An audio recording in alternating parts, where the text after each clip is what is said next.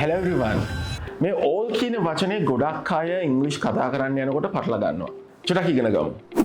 all කියන එක නම් තනියම ගත්තොත් ඒකේ තේරුම general idea එකක්. ඒ කියන්නේ අපි මොන හරි ගැන පොදුවේ කතා කරනවා. Right? For example, all students කියන්නේ පොදුවේ ශිෂ්‍ය ඔක්කොම. All drivers ඔක්කොම drivers ලා ගැන. All teachers ඔක්කොම teachers ලා ගැන.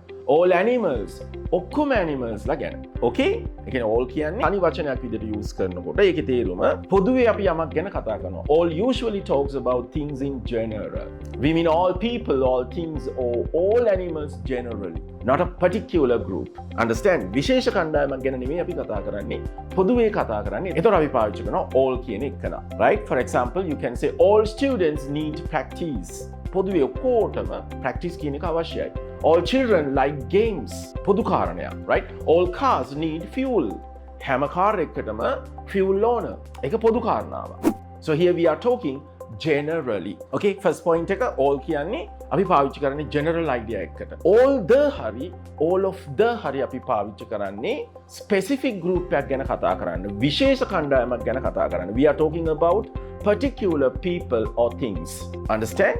එහෙනම් all කියන්නේ පොදුවේ කතා කරන්න ගන්නවා.